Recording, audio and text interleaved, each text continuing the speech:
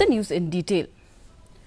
Deputy Chief Minister in charge Home, Preston Tinsong, criticized the pressure groups for taking law into their hands with the latest incident involving HNYF activists who prevented tourist vehicles from entering Sora on Friday morning. Speaking to reporters, Tinsong said if the pressure groups have any grievances, they should come to the government.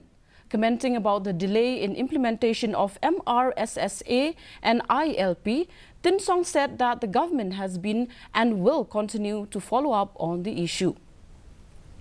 My understanding is, yes, MRSSA is being implemented, except that proposed amendment passed by the House. When we sent it for the assent of the governor, he referred it back to the Ministry of Home Affairs. And then ultimately, Home Affairs referred it back to the state government with observation, where ultimately this particular amendment passed by the House is ended and now it is up to the state government. In fact, we are in the process of again consulting, meeting all the stakeholders to discuss about this particular amendment. Deputy Chief Minister